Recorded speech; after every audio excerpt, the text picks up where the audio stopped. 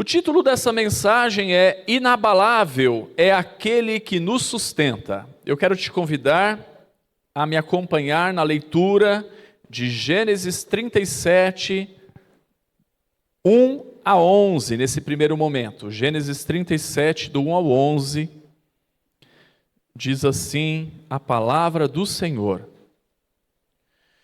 Jacó habitou na terra das peregrinações de seu pai, na terra de Canaã.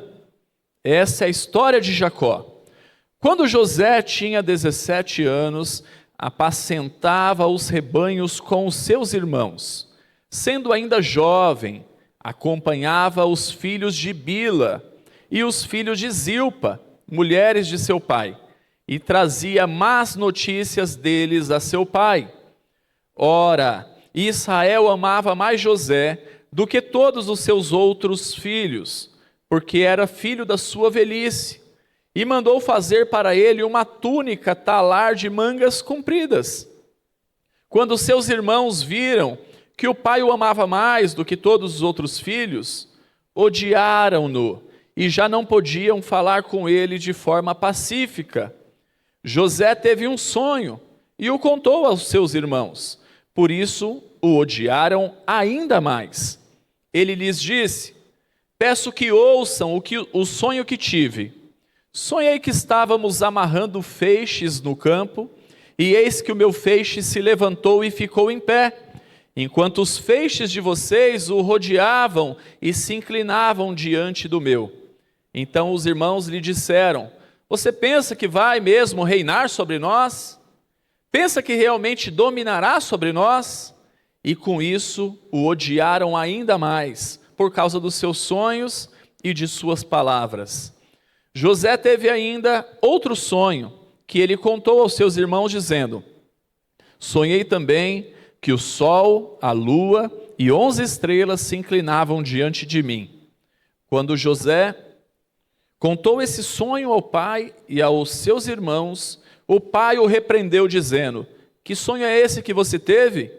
Você está querendo dizer que eu, a sua mãe e seus irmãos nos inclinaremos até o chão diante de você?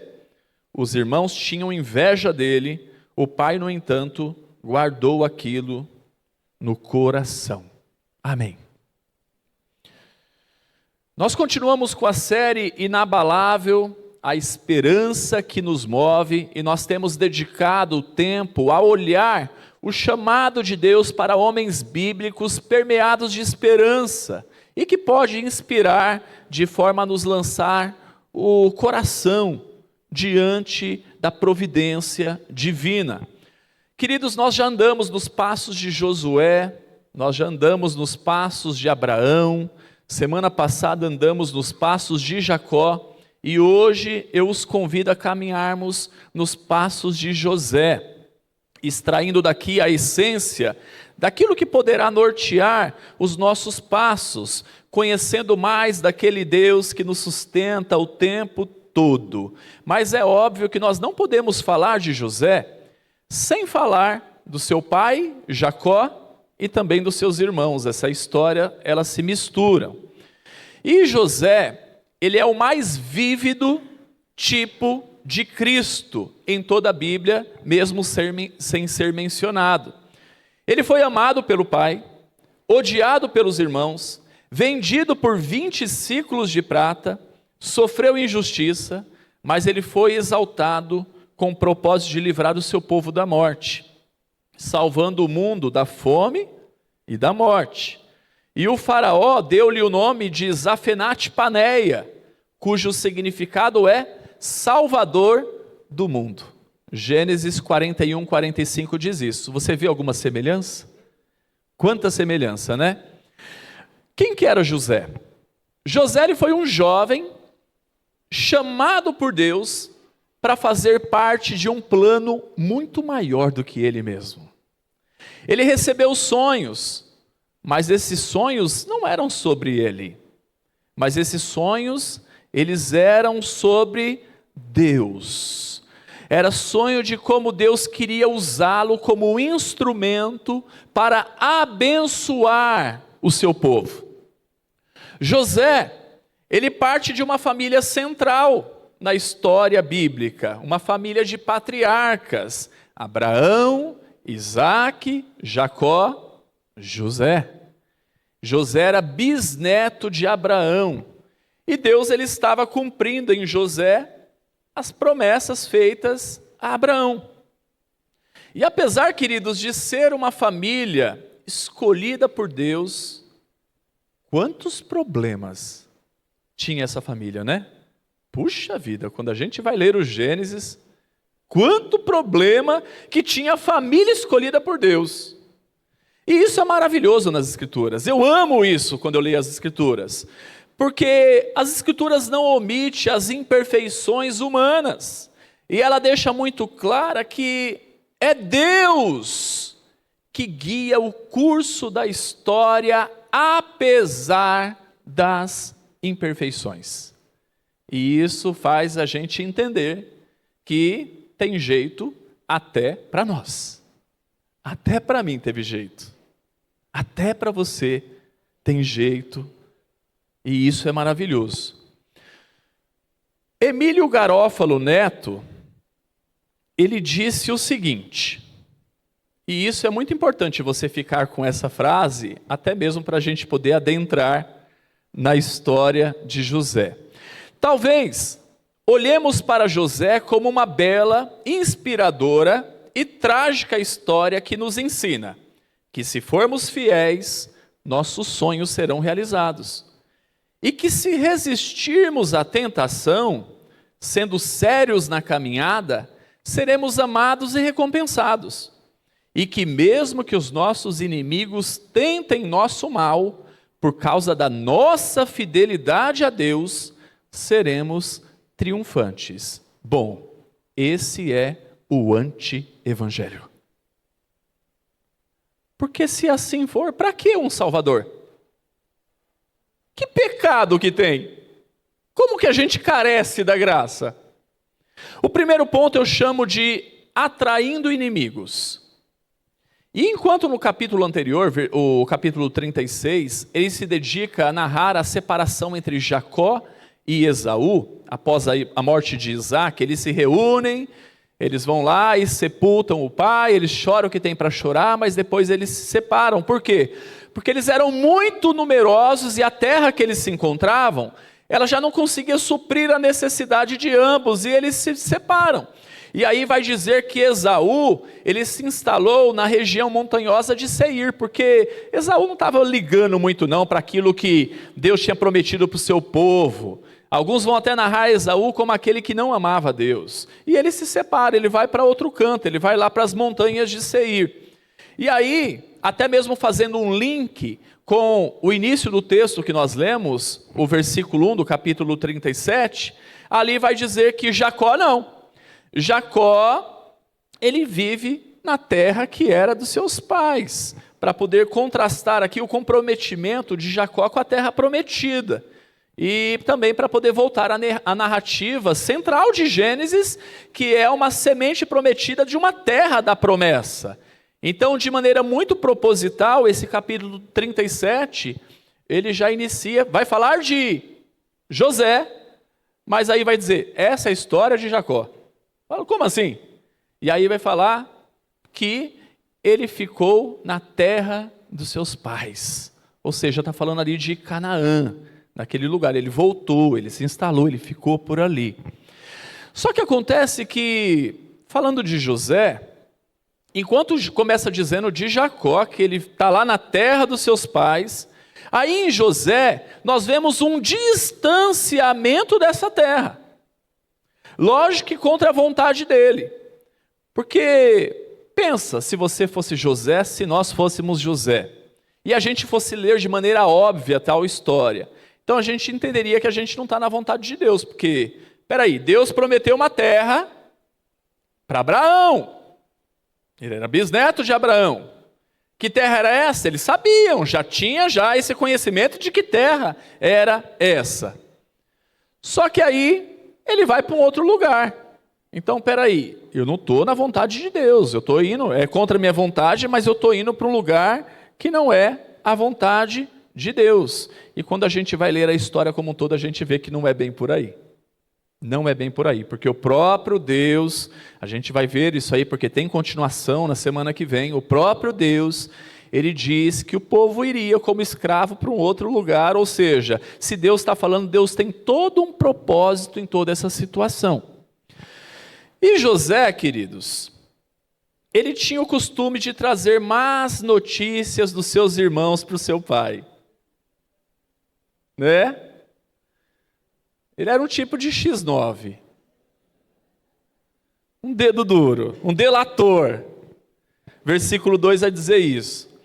Esse comportamento de José não apenas distanciava ele dos seus irmãos, mas também implicava que o comportamento dele é mais justo do que o deles. Quando ele está falando, eles estão errando, então aqui está o meu perfeitinho, né? E a Bíblia, ela coloca José como muito perfeitinho mesmo, né? No texto, aparece também que José era o filho favorito de Jacó. E por quê? Porque ele era o filho da velhice. E não só da velhice, era da mulher que ele amava. Vocês lembram da história de Jacó? Jacó era o usurpador, aquele que enrolava todo mundo, que passava todo mundo para trás. Até que ele encontrou alguém que passou ele para trás também, que era o sogro dele, né? Olha que coisa boa os sogros aí, né? E aí, ele vai lá, pega a mulher errada. No outro dia, ele tinha tomado todas, né? Então, está lá no escuro, não dá para poder identificar muito bem. Aí, quando ele acorda no outro dia, ele vai lá para o sogro e fala, o que você fez? Você me deu a mulher errada. Não, aqui o nosso costume, olha só, 7-1 aqui. Nosso costume aqui é assim, primeiro tem que entregar a mais velha, aí depois que a gente vai lá e entrega a outra. Então trabalha mais 7 anos, já tinha trabalhado 7, e aí eu te entrego ela. Então, o José era o filho dessa aqui, daquela que mexeu com o coração dele, e tinha toda uma dificuldade para poder ter esse filho, até que teve um filho na velhice. Mas, queridos, sobre essa preferência, é muito interessante que até mesmo se a gente pegar a história para ler, aquele ponto que na semana passada nós vimos na mensagem, aquele encontro reconciliador de Jacó com Esaú, e aí Jacó, muito esperto, né, dando todo um jeitinho para amolecer o coração do irmão, porque ele estava morrendo de medo, né, do irmão, aí ele prepara lá um encontro com Esaú. E ali aparece essa preferência de José também, se a gente lê nas entrelinhas. Porque ele organizou um comboio para poder chegar até os seus irmãos. Ele colocou um monte de presente na frente, porque normalmente, né, quem ganha presente já vai ficar feliz, né? Obrigado, não precisava, né? Entendeu? Então, ainda mais quem tem a linguagem de amor de presente, né? Vai saber que era dele. E aí, colocou os presentes todos na frente, assim, e aí vai começar a colocar em ordem de preferência. Se você ler lá o capítulo 33, do versículo 1 a 3, você vai ver esse detalhe. Ele coloca primeiro as servas com os filhos delas, aí ele vai colocar depois a Lia com os filhos, aí depois ele coloca a Raquel, e aí depois ele coloca José. Então ali aparece isso, se você prestar atenção, tem esse detalhe muito interessante sobre essa preferência. E queridos, é certo que Jacó, ele não agiu de forma prudente ao amar mais José do que os seus outros filhos. Não, ele não agiu de forma prudente. E é muito interessante que ele mesmo sofreu disso. Porque se a gente vai ler o relato bíblico, vai ver que o pai dele, ele gostava mais do Esaú, e ele era o preferido da mãe, que teve toda uma história lá, que ele virou peludinho lá, para poder enganar o pai quando estava com a visão ruim. Aí ele sofreu com isso, o que ele faz com o filho? A mesma coisa. Queridos, nós não podemos, de maneira nenhuma, os pais não podem ter uma predileção por um filho em detrimento de outros. Esse mesmo erro foi cometido por Isaac, o seu pai, e de geração em geração, esse é um erro que a gente vê presente até nos nossos dias, sempre gerando tensões familiares. E o texto nos descreve que Jacó, ele mandou ainda fazer uma túnica toda especial que leva à discórdia familiar. Então imagine só, todo mundo está lá ganhando meia e cueca, né? O pai só dá meia e cueca. Aí chega lá o dia, o aniversário, aquela data tão especial, o Natal, para esse lá, ele vai lá e traz aquela camiseta toda especial, de uma marca famosa, e fala, toma aí, queridão, toma esse casaco, toma aí essa camisa bonita. E é isso que acontece. Os narradores vão até falar que as túnicas naquele período eram de uma única cor, e que ela normalmente tinha o braço livre, até para poder trabalhar, eram mais curtas, só que a dele não, a dele está de todo um detalhe diferente, a gente vai dizer que ela era de manga longa, e que ela era multicolorida. Então, pensa só, que destaque! E esse foi o presente que gerou a discórdia. Esse gesto de amor do pai foi suficiente para os irmãos odiarem ele ainda mais. Porque não bastava ser um X9, ainda era o preferido e ganhou ainda uma túnica multicolorida. A ponto dos irmãos dizer que já não podia ter uma comunicação com ele de forma pacífica. Está lá no versículo 4. Então o negócio já estava ruim para José, mas ele ainda coloca mais lenha na fogueira. Ele tem um sonho. E aí naquele sonho, 2 sonhos que ele tem, ele, sem sabedoria nenhuma, ele junta os seus irmãos e fala, vem cá, deixa eu contar um negocinho para vocês.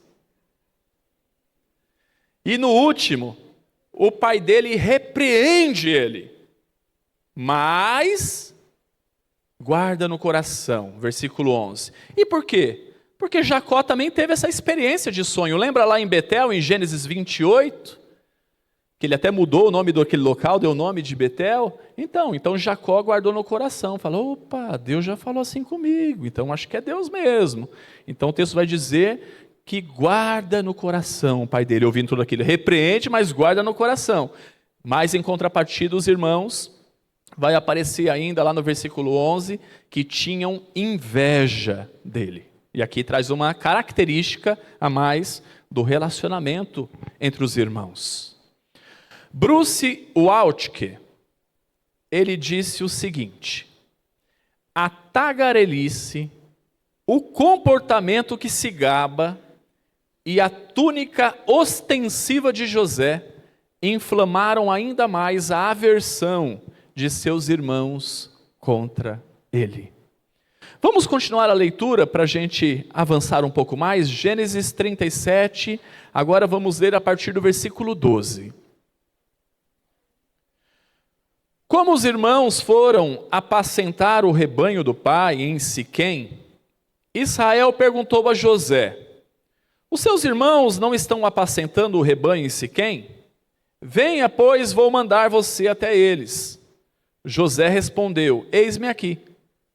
Israel continuou, vá agora e veja se está tudo bem com seus irmãos e com o rebanho, e traga-me notícias. Assim o enviou do vale de Hebrom e ele foi até Siquém. E o homem encontrou José, que andava errante pelo campo, e lhe perguntou, o que você está procurando? Ele respondeu, estou procurando os meus irmãos. Por favor, pode me dizer onde eles estão apacentando o rebanho? O homem respondeu, foram embora daqui. Ouvi quando disseram, vamos a Dotã. Então José seguiu atrás dos irmãos e os encontrou em Dotã. De longe, eles o viram, e antes que chegasse, conspiraram contra ele para o matar. Disseram uns aos outros, lá vem o grande sonhador. Venham, pois, agora, vamos matá-lo e jogar o corpo numa dessas cisternas. Diremos que um animal selvagem o devorou. Vejamos em que vão dar os sonhos dele. Mas Rúben, ouvindo isso, livrou-o das mãos deles e disse, não lhe tiremos a vida. Rúben disse mais, não derramem sangue, joguem o rapaz naquela cisterna que está no deserto, e não lhe façam mal. Rúben disse isso para livrar deles, a fim de levá-lo de volta ao pai. Mas logo que José chegou a seus irmãos, despiram-no da túnica, a túnica talar de mangas compridas que trazia, e o jogaram na cisterna. A cisterna estava vazia, sem água. Depois sentaram-se para comer. Levantando os olhos, viram que uma caravana de ismaelitas vinha de Gileade. Seus camelos traziam especiarias, bálsamos e mirra, que levavam para o Egito. Então Judá disse aos irmãos: o que vamos ganhar se matarmos o nosso irmão e depois escondermos a sua morte? Venham, vamos vendê-lo aos ismaelitas. Não lhe façamos mal, pois é nosso irmão, é do nosso sangue. Seus irmãos concordaram. E quando os mercadores midianitas passaram, os irmãos de José o tiraram da cisterna e o venderam aos ismaelitas por 20 moedas de prata. E os ismaelitas levaram José para o Egito. Quando Rúben voltou à cisterna, eis que José não estava nela. Ele rasgou as suas roupas e, voltando aos seus irmãos, disse: o rapaz não está mais lá. E agora? O que eu vou fazer? Então pegaram a túnica de José, mataram um bode e molharam a túnica no sangue. E enviaram a túnica de mangas compridas ao pai com esse recado: achamos isso. Veja se é ou não a túnica de seu filho. Ele a reconheceu e disse: é a túnica de meu filho. Um animal selvagem o devorou. Certamente José foi despedaçado. Então Jacó rasgou as suas roupas, vestiu-se de pano de saco e lamentou o filho durante muitos dias. Todos os seus filhos e todas as suas filhas vieram para consolar. Ele, porém, recusou a ser consolado e disse: chorando descerei à sepultura para junto do meu filho. E continuou a chorar pelo filho. Enquanto isso, no Egito, os midianitas venderam José a Potifar, oficial do faraó, comandante da guarda. O segundo ponto eu chamo de o plano do mal em ação.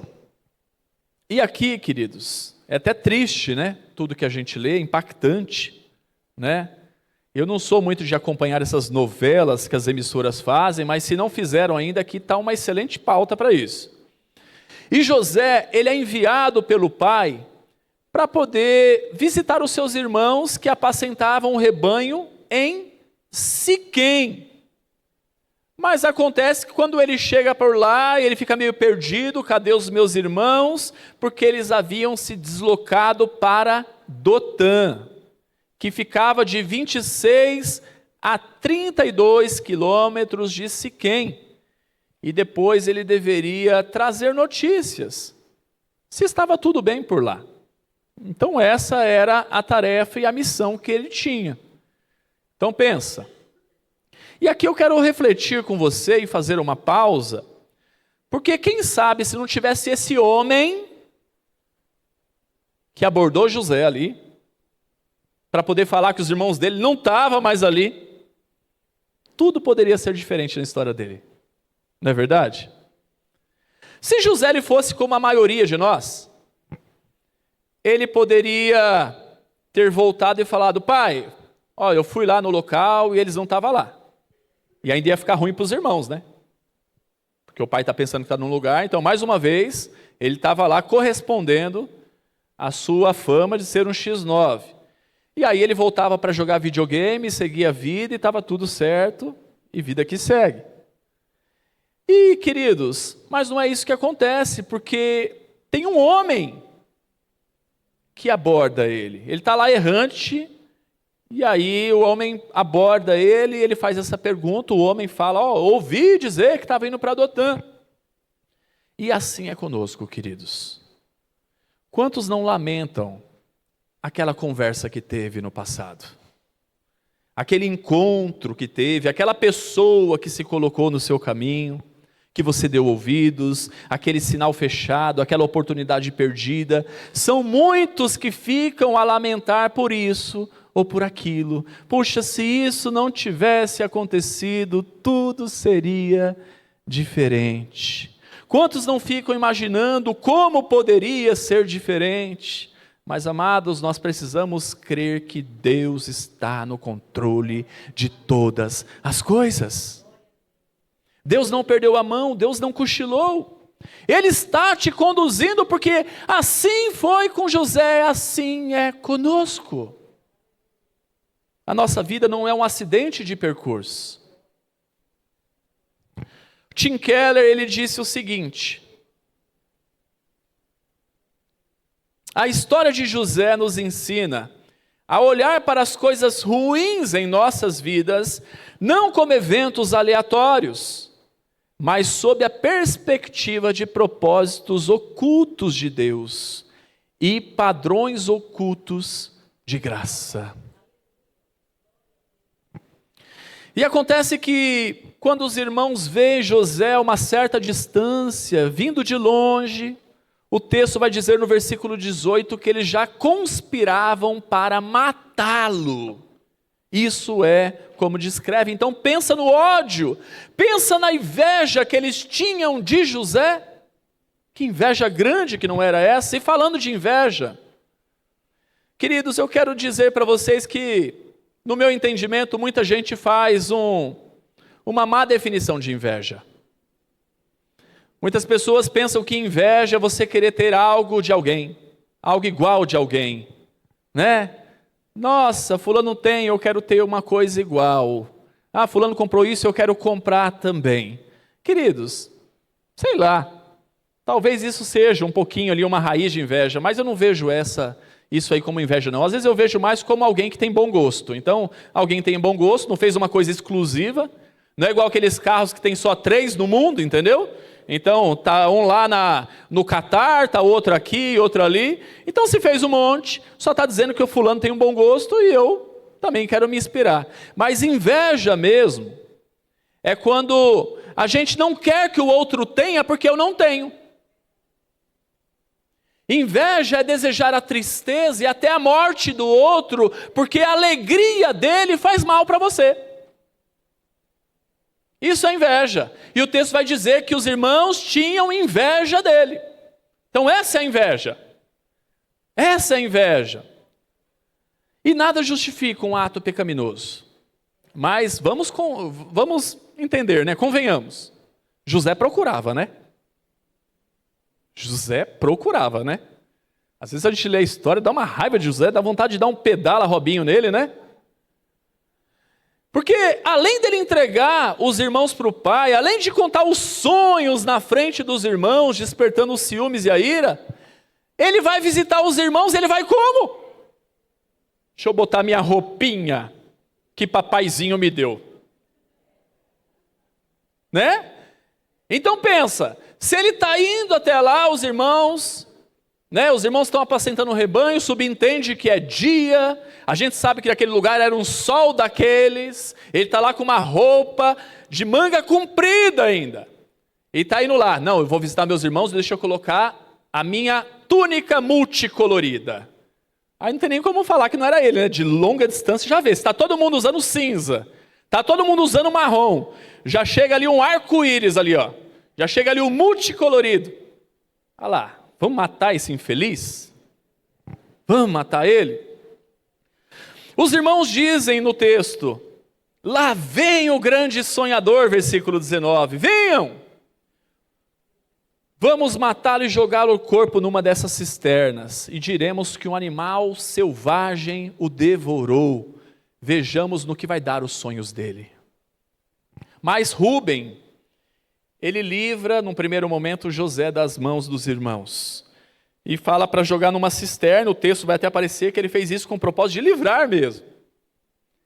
Mas a primeira coisa que acontece no texto é que a primeira coisa que eles fazem, o que é? Onde que eles atacam? Vão dizer que eles despiram José da túnica. Às vezes quando a gente vai ler despiram, parece que é um toque assim tão sutil e delicado. Não, queridos, não é assim não. Tem agressividade aí. Eles vão lá e arrancam a túnica dele, que ele recebeu do pai, a causadora da discórdia. E aí o texto continuando vai dizer que Judá, quando ele avista uma caravana de ismaelitas vindo, propõe de vender o irmão e o faz por 20 moedas de prata. E é assim que ele vai parar no Egito. Acabou? Não. Espera aí que tem mais um pouquinho de U. Que desculpa nós vamos dar para o nosso pai agora? Ah, já sei. Vamos matar um bode, vamos pegar o sangue, vamos sujar a túnica de sangue, e aí a gente vai lá e mostra para o pai e ele já vai fazer a leitura da situação. Aí chega lá, achamos essa túnica aqui do seu filho. Está entendendo aqui? É seu filho e não nosso irmão. Achamos a túnica do seu filho. E aí Jacó, ele interpreta, pela lógica, que ele foi devorado por um animal selvagem. E assim, nós encerramos esse trecho. Versículo 36, enquanto isso no Egito, os midianitas venderam José a Potifar, oficial do faraó, comandante da guarda. Hernandes Dias Lopes, ele disse o seguinte: as virtudes de José denunciavam os pecados de seus irmãos. A sua luz apontava as trevas em que viviam. Sua prontidão em obedecer de todo o coração ao Pai apontava para a maldade deles. O sucesso de José era o fracasso deles, que não viam José como um irmão e amigo, mas como um concorrente, e olhavam para ele não com benevolência, mas como um rival que deviam afastar do caminho. Os irmãos de José, que se recusavam a serem chamados assim, cometeram um crime e montaram uma cena para poder disfarçar todo esse crime, todo esse pecado, toda essa cena pesada. A inveja e o ciúme havia determinado as ações deles. E queridos, em muitas famílias, a competição termina de fato em mortes. Se não física, em muitos casos, emocional. Você já deve ter ouvido aquela célebre frase de dizer: fulano morreu para mim. E muitas vezes o cenário é uma competição. Há competições entre filhos. E essa competição estava presente entre os filhos de Jacó. José era o filho da mulher que o pai amava, Raquel. E essa competição ela já foi herdada pelas mães, já que era uma tradição familiar. Basta a gente acompanhar os capítulos anteriores, que tinha toda uma competição entre as irmãs. É competição ali o tempo todo. O povo vivia ali em campeonato. Está parecendo o Brasil, né? Campeonato Paulista, já vai começar o Campeonato Brasileiro, daqui a pouco já tem Libertadores, e era campeonato ali o tempo todo, competição o tempo todo. Os outros filhos, eles também queriam um lugar no coração do pai. E eles chegaram à conclusão que isso só seria possível se eles acabassem de uma vez por todas a concorrência. Então, peraí, com ele não dá para competir, o que a gente faz? Vamos tirar ele do caminho. Como que a gente tira ele do caminho? Tem que matar. Tem que matar esse infeliz. Mas acontece aí algumas situações. Primeiro a cisterna, ou poço, depois a escravidão, e eles queriam que José pagasse por tudo o que fazia com eles. E aí entramos no terceiro e último ponto. O inabalável é o autor. O inabalável é o autor. Porque talvez você olhe para essa história até aqui e enxergue apenas um garoto exibido, mesmo com muitas virtudes, e irmãos maldosos querendo arruinar a vida dele. Primeiro eu quero te dizer que essa história não é sobre José, tampouco sobre os irmãos dele, mas essa história é sobre o inabalável Deus que sustenta os seus e escreve a história constituindo o plano da redenção. Essa história, ela é muito maior do que José. É muito maior do que José. Ela diz sobre Deus. Ele é o personagem principal nesse enredo. Tiago Martins, ele disse o seguinte: Deus não tem uma missão para a sua vida. Deus nos tem para a sua missão. É diferente, é muito mais. Nós podemos aprender no enredo dessa história que os homens podem desejar o pior, tramar e operar as maiores malignidades, mas inabalável é aquele que sustentou José. Inabalável é aquele que nos sustenta. E eu quero falar algumas coisas que vai adiante nessa história para poder encerrar, partirmos para o fim. José, ele se torna escravo de Potifar no Egito, mas os seus irmãos, eles eram escravos do ciúme, da inveja e certamente depois da culpa. Porque guardar um segredo como esse corrói a alma. Imagina só, cara, eu fico até emocionado quando eu vejo o pai vivendo o luto. E os irmãos estão vendo tudo aquilo lá e não fala nada, cara. Como pode ter alguém que você ama e você está enganando alguém que você ama? É forte demais. É forte. Mas pode ter certeza, queridos, que a escravidão, ela estava também trabalhando no caráter de José. Porque ao contarmos a história, nós temos a tendência de incluí-lo apenas como vítima. Tadinho do José. Quem sabe Deus estava trabalhando em José, ensinando que os sonhos, aqueles sonhos que ele teve, não eram sobre ele, mas era sobre Deus e o seu povo, era muito maior que ele. Então estava forjando no caráter dele, que ele não era o pupilo do papai do céu, assim como ele era do pai dele, de Jacó. Não, você é um instrumento, valioso sim em minhas mãos, mas é um instrumento, não é sobre você, é sobre mim. Ele era instrumento nas mãos de Deus, ele estava chegando à conclusão que essa história era muito maior do que ele mesmo. E podemos ver muito desse trabalhar de Deus acontecendo, que quando ele foi elevado ao cargo mais alto no Egito, governador, abaixo apenas do faraó, ele era o segundo homem mais importante do Egito e, consequentemente, da terra, porque naquele momento, quem que mandava em tudo? O Egito era a potência, era o momento deles. E aí ele teve a Zafenate por esposa e com ela teve 2 filhos. E qual foi os nomes que ele deu para os filhos? Ao primogênito ele chamou de Manassés, que significa fazer esquecer, quando ele disse assim: Deus me fez esquecer todo o meu trabalho e toda a casa de meu pai. E o segundo ele chamou de Efraim, dar fruto, porque ele disse: Deus me fez próspero na terra da minha aflição. Olha o trabalhar de Deus aqui acontecendo. Vocês conseguem ver esse trabalhar de Deus presente nas entrelinhas desse fato? E queridos, houve fome em toda a terra, e Jacó, ele envia os seus filhos até o Egito para poder ver se conseguiam comida, para comprar mantimento, para que eles não morressem de fome. Mas ele segurou consigo Benjamim, o irmão de José, por parte de mãe.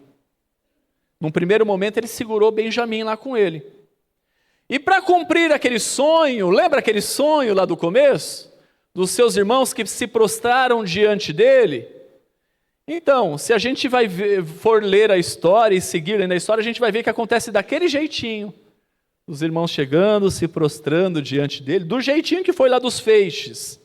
É verdade que ele judiou um pouquinho dos irmãos, né? Tem todo um teatrinho ali envolvido. Ele judiou um pouquinho dos irmãos, mas ele cuidou dos irmãos. Ele preservou a vida dos irmãos, ele preservou a vida do seu pai, Jacó.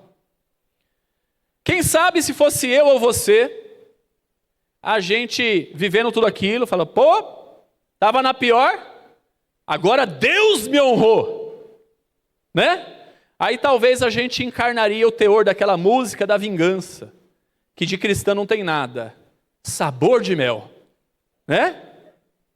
Quem te viu passar na prova e não te ajudou, quando vê você na bênção vai se arrepender. A minha vitória hoje tem sabor de mel, né? Então talvez se fosse eu, se fosse você, talvez a gente ia viver essa essência. Agora é o meu momento. Mas graças a Deus que José não era nem eu nem você. E que essa música não sustenta a sua jornada. Essa história é longa, ela vai até o final de Gênesis. Então eu quero até te aconselhar a você continuar lendo essa história. Quem sabe você lendo aí, ao longo dessa semana, um capítulo por dia, e ela vai poder te abençoar muito. Gênesis vai encerrar com a morte de José. Mas cabe aqui uma excelente, maravilhosa resposta que ele deu para os seus irmãos, quando ele se revelou para os irmãos naquele encontro. Então quero te convidar para essa última leitura de Gênesis 45, versículo 4.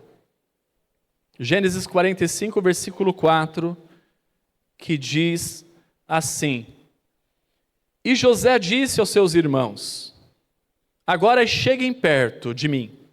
E eles chegaram. Então ele disse: Eu sou José, o irmão de vocês, que vocês venderam para o Egito. Agora, pois, não fiquem tristes, nem irritados contra vocês mesmos, por terem me vendido para cá. Porque foi para a preservação da vida que Deus me enviou adiante de vocês. Porque já houve 2 anos de fome na terra, e ainda restam 5 anos, em que não haverá lavoura e nem colheita.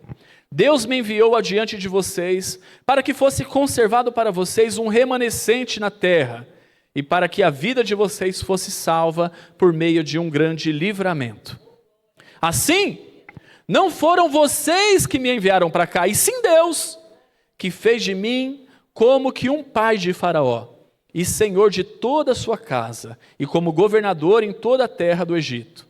Voltem depressa para junto de meu pai, e digam a ele: Assim manda dizer o seu filho José: Deus me pôs por senhor de toda a terra do Egito. Venham para junto de mim, não demore. Queridos, é linda e emocionante essa história. E a gente aprende aqui que com Deus não tem refúgio de experiências. Não tem. Deus usa tudo para um fim proveitoso.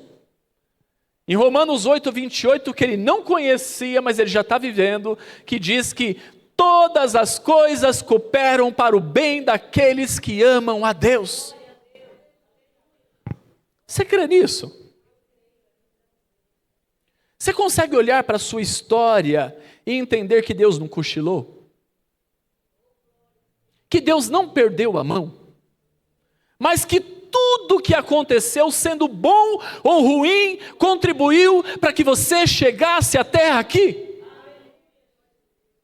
E que provavelmente o trabalhar de Deus ainda não terminou na sua vida? Meu amado, você pode ter todas as razões para chorar, por ter vivenciado tragédias familiares, na sua criação, no seu desenvolvimento. E você pode fazer 2 coisas com isso. Primeira, você pode culpar os seus pais e seus irmãos e todo mundo que já passou na sua vida, atribuindo a eles a situação que você se encontra hoje e que você julga que não é boa. Porque tem gente que abraça o chamado de vítima e faz de toda a sua vida o acidente por culpa de outros. Mas espera aí, onde que você se encontra nisso? Você é passivo o tempo todo? E onde que Deus está em tudo isso? Então você pode fazer isso. Se você quiser vestir a roupa de vítima e viver a sua vida, viva!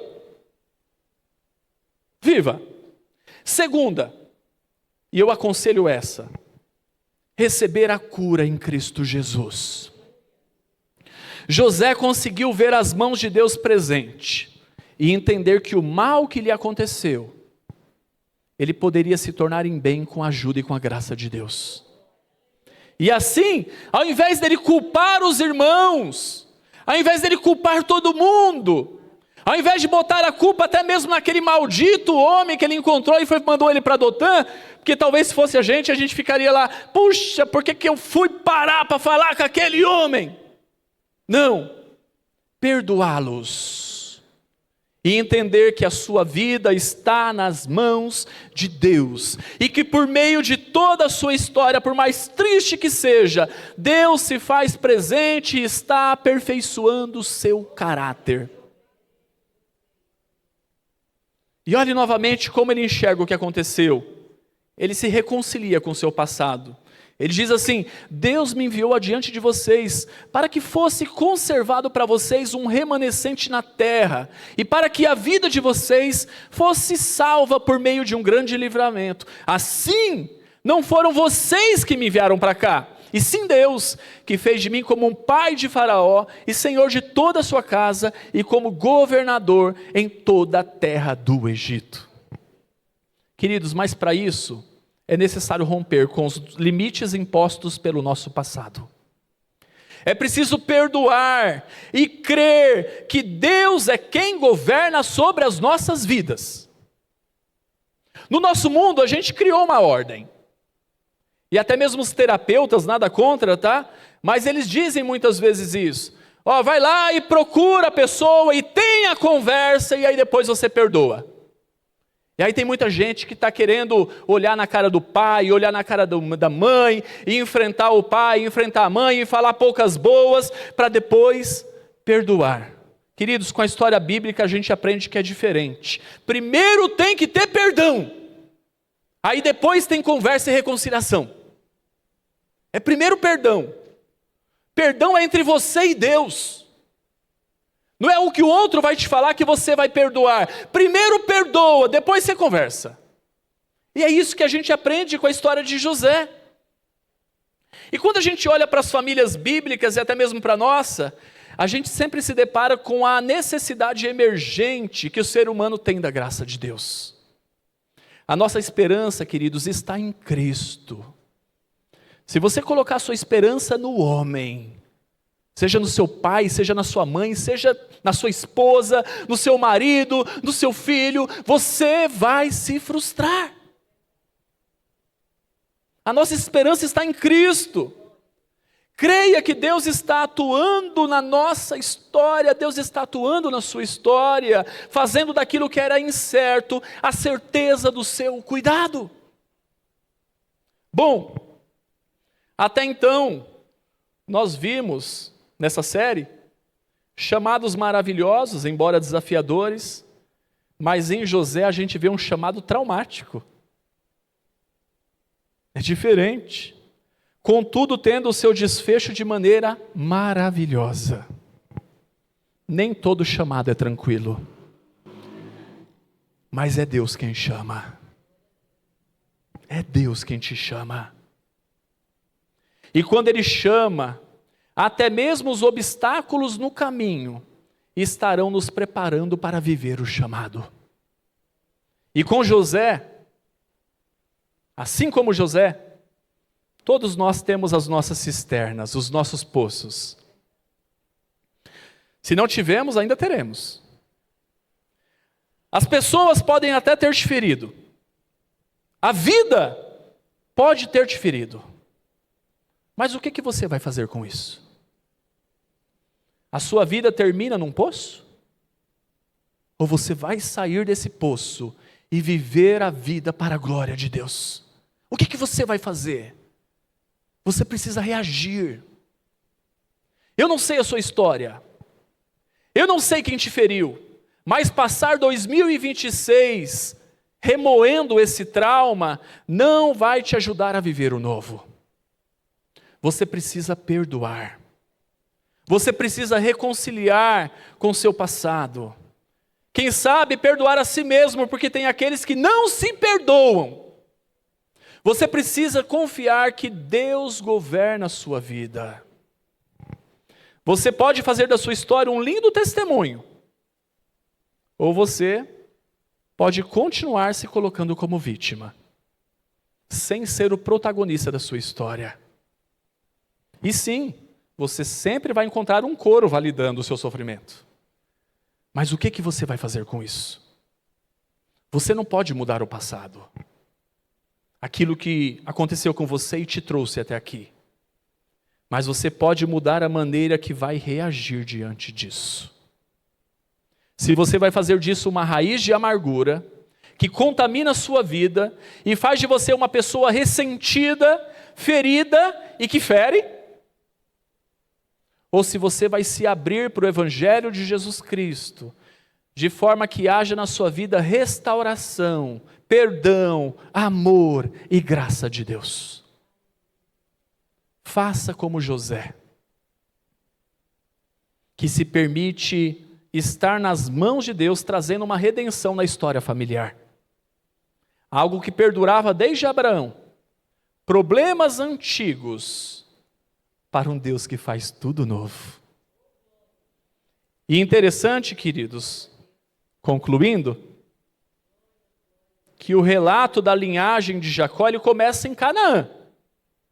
O versículo 37 vai dizer lá, essa é a história de Jacó, ele habitava na terra dos seus pais, em Canaã, e termina no Egito, mas com uma esperança de retornar à terra prometida.